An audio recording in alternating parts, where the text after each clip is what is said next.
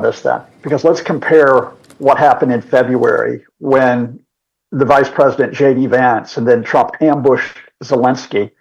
Remember, at that point, the Kremlin, as it is today, was trying to get the Trump administration to join it in imposing a settlement on Ukraine, that Ukraine had to surrender effectively, give up territory, that it had to be weak and demilitarized, that sanctions had to be lifted on Moscow. Of course, the vision of that was in the Oval Office when, after Vance and Trump went after Zelenskyy, a pro-Trump reporter said he didn't respect the president. He wasn't wearing a suit. Zelenskyy could have been dressed like the King of England, and they would have ambushed him on that day. Where are we 6 months later? 2 points. First of all, your introduction was very good in how Putin manipulated. Indeed, he bent down Trump through a combination of Trump's admiration for him and just simply that Putin knows what he's talking about and Trump doesn't. So the immediate takeaway is, oh, look, Russia no longer has to ceasefire. Russia doesn't have to fear toughened sanctions from the U.S., which also would have extended to India. And Russia can demand not only the territory it holds in eastern Ukraine, but demand territory that Ukraine has. That's all quite negative for Ukraine, but there's a glimmer here for Zelenskyy and the Europeans because they knew this might happen. It's not just that you can play Trump like a yo-yo if you're the last person to talk to him. Zelenskyy and the Europeans are going to go to Trump with a proposal, which is more detailed than what the Russians did.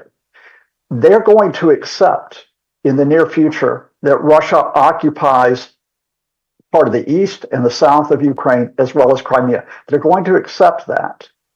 Now, they're not going to formally recognize that. So in other words, this isn't going to be that these areas become part of Russia legally, but they'll recognize the occupation, and they will insist that there is no more territory given to Russia. Now, what does Ukraine get in exchange? The two words that are circulating, not just from the Europeans, but from the Americans, are security guarantees. Steve Witkoff, Trump's pro-Kremlin envoy to Russia, actually said yesterday there can be NATO-like guarantees. Now, what does that mean? Ukraine cannot join NATO, but it can get the equivalent of what is called an Article 5 guarantee that if Ukraine is attacked again by the Russians, then the U.S. and Europeans will come to its defense. What we're looking at is a rough parallel to West Germany and East Germany in the Cold War. Remember that East Germany was in the Soviet sphere of influence for 40 years? But West Germany, meanwhile, was able to develop economically and militarily as part of Europe. And that's what Ukraine is looking to do while conceding that it will not be in control of part of its territory in the near future. So, practically speaking, Professor, what are the options before Zelenskyy? The real options, if he wants to end the war? I think I've just laid it out here. And Zelensky's actually laid it out if you read him carefully. And that is, the option is you go in not only by yourself, but with, let me count them now, 7 European leaders today. And you say to Donald Trump, you flatter him, you cajole him, here's the deal you can have, which is we will have a deal on the freezing of the front lines. Everybody stays where they are on the battleground, but politically and economically, the part of Ukraine that is free, that is unoccupied, has a path to the European Union, and it has a path to military cooperation with European countries. They can put that on the table today.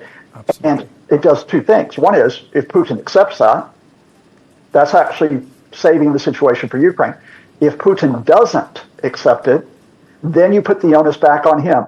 Mr. Trump, Vladimir Putin isn't sincere about stopping this. Look, he killed more Ukrainian civilians today. And indeed he did. He killed 7 in Kharkiv, Ukraine's second city, including an entire family. He is the one who is continuing to fight on the battlefield. He's the one who is using you because he doesn't want peace. He wants to conquer us. That's what they can say to Trump today. From Putin's perspective, Professor, what does he gain if there is an immediate peace deal? Well, I mean, what Putin would gain and what he wants to gain are two different things. What Putin could gain from this is not only that he gets to keep part of Ukraine for the short term, but he gets also security guarantees for Russia. In other words, NATO and Ukraine are not going to attack Russia, which they're not going to. They're not going to attack the occupied areas in Ukraine. What Putin wants, however, is more than that. Two reasons for that. One is Putin's legacy is not just to take part of Ukraine, it's to put a pro-Russian government in Kyiv to force Zelenskyy and his government out. He does not recognize Zelenskyy as being legitimate. Anything short of that does not cement his legacy as making Ukraine part of Greater Russia. And secondly, he wants that part of the Donbass that he does not occupy. Why does he want it? It's the most heavily fortified area of Donbass. So if he could get that, it makes it much tougher for Russia to ever be challenged in eastern Ukraine. But more importantly, as the Finnish President Alexander Stubb put it last week when he spoke with Trump, this would provide Putin with a highway to Kyiv if he ever decided to attack again. Does this put Putin in an advantageous position? A lot of people said in Alaska, it was Putin who was able to draw red lines to Trump, not the other way around. Do you agree with that assessment, sir? Yeah, it does. See, I don't see this as a pendulum where it goes one way or the other. I think you're talking about this as a diplomatic maneuvering. So what did Putin get last week? Remember, he was on the defensive going into Alaska. He was facing toughened sanctions on Russia at a time when his economy is now facing constraints. It's not collapsing, but it's facing constraints on carrying on the military operations. He had to push those sanctions back, achieved it. He had to prevent the priority being on a ceasefire because he wants to keep attacking Ukraine. He achieved that. He wanted to put his demands to Trump, such as, I want all of eastern Ukraine. He achieved that. But what he did not get? He didn't get Trump to say, this is a done deal. This is what must happen. The door was still left open. What will be the territorial settlements? What will be the economic arrangements? And most importantly, what will be the security guarantees? And it's in that space that Zelenskyy and Europe can still operate, if not necessarily to get a settlement, to get the diplomatic advantage, whereas they had lost it. Trump had given it away last Friday. Meanwhile, this development is taking place. Zelenskyy has landed, head of states of various European countries have landed. Putin made a phone call to Prime Minister Modi in India. He gave a lowdown to Prime Minister Modi in India. And then the readout that came, it said that they will keep they will be in touch. India wants a peaceful resolution. And Putin briefed Prime Minister Modi on Ukraine. Can you decode this conversation? Why did Putin have to call Prime Minister Modi on this? The significance of it? Probably two things. One, India, please don't come out publicly and press for a ceasefire. Please don't cut off my space where I want to continue my military operations. Two, please keep buying my oil. India, privately, not publicly, but privately has been cutting back on its purchases of Russian oil, including through state refiners. That's in part because there was the threat of increased U.S. increased U.S. sanctions. Now that threat has been removed, at least in the short term, by Trump. Russia, which is in economic trouble, needs that income from India. So the primary message is, Mr. Modi, please let me keep on with my operations in Ukraine. Don't stand in the way of that.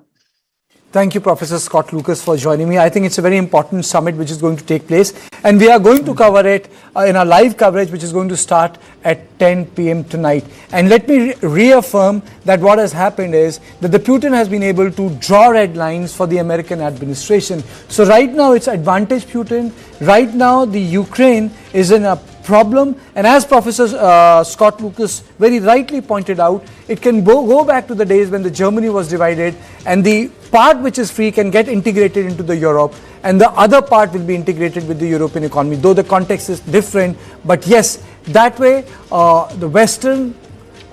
the Ukraine, which is the free Ukraine, can have a better integration with the European Union. But the time will tell as to how this is going to happen, because Putin is not going to let the land go. And he wants another set of land, which is the complete control of Donetsk or the Donbass area, which is being controlled by Russians.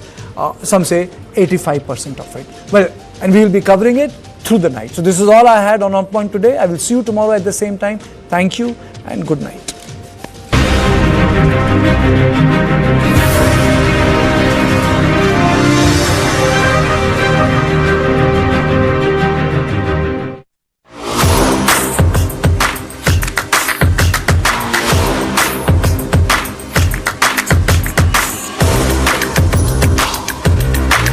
This is India's #1 news network, and you're watching News9.